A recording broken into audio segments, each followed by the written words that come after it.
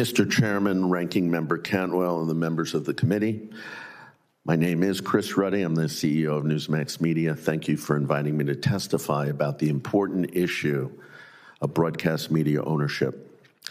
NEWSMAX reaches more than 50 million Americans regularly. We're a significant player in cable TV with the nation's fourth highest rated cable news channel. Forbes has described us as a news powerhouse.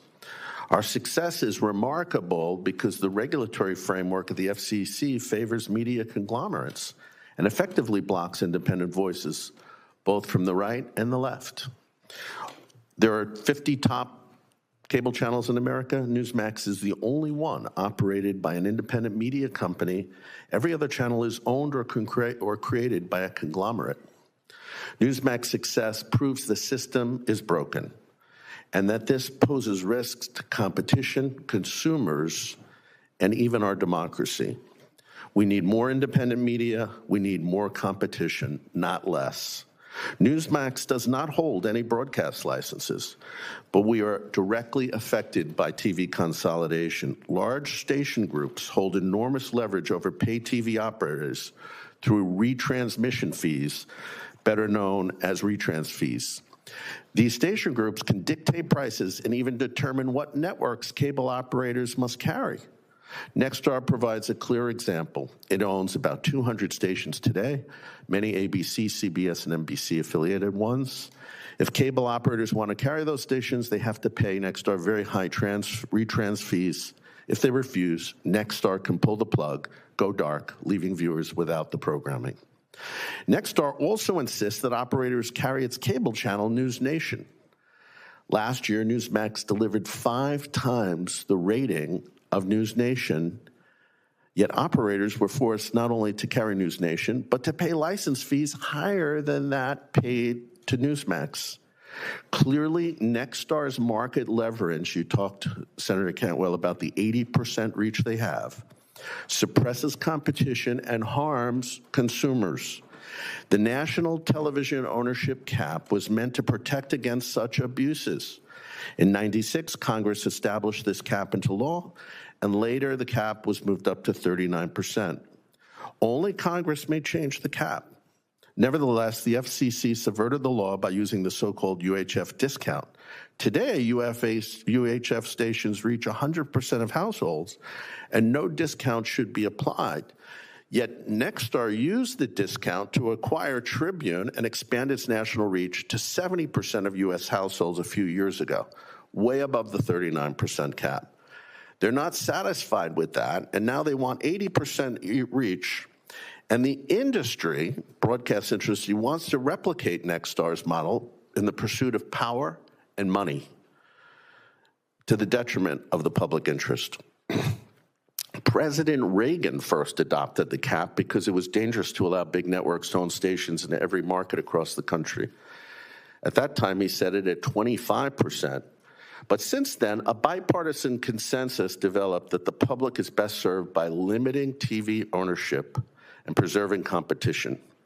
This is why so many from both the left and the right oppose lifting the cap.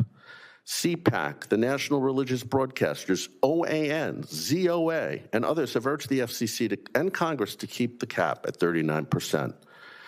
Local TV is critical in providing community news. With the collapse of newspapers, television stands alone as the primary source of local reporting. Big tech does hardly any local news reporting. The TVB, Pew, and Knight studies all found that local broadcast news is the #1 source for Americans seeking local news. Raising the cap means that 2 or 3 corporations will eventually own most stations in the nation and control almost all local news. This is why consolidation and the Nexstar deal is so dangerous. Consolidation is also about big money. Today, a broadcast license, as the senator said, is a license to mint money. It's still true. Owning more licenses means more leverage over cable operators, more retrans fees, and bigger profits. We know that station groups cut costs by consolidating newsrooms, and reduced competition at the local level allows them to raise advertising rates. Retrans fees are significant, and they account for more than 50% of broadcast revenues. Since 2010, retrans fees have risen more than 2,000%. 2,000%. If milk prices had risen at the same rate, a half a gallon of milk today would cost almost $40.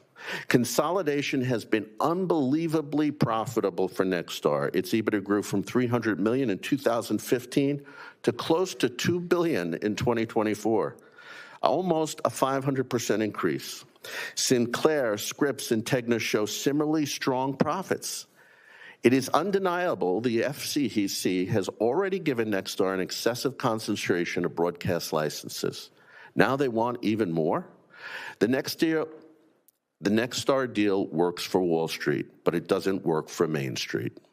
We see this as consumers pay for consolidation as their cable bills skyrocket. The affordability crisis, this is a contributor.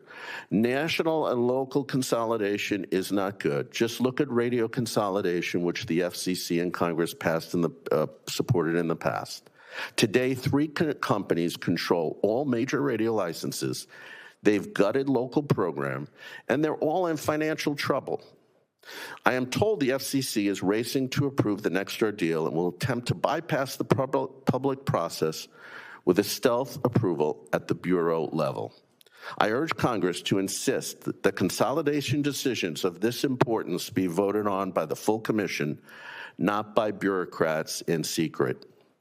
The TV industry is too important to be handed over to a small number of conglomerates. Congress set the cap, only Congress should change it after careful review. NEWSMAX stands ready to participate in that process. Thank you.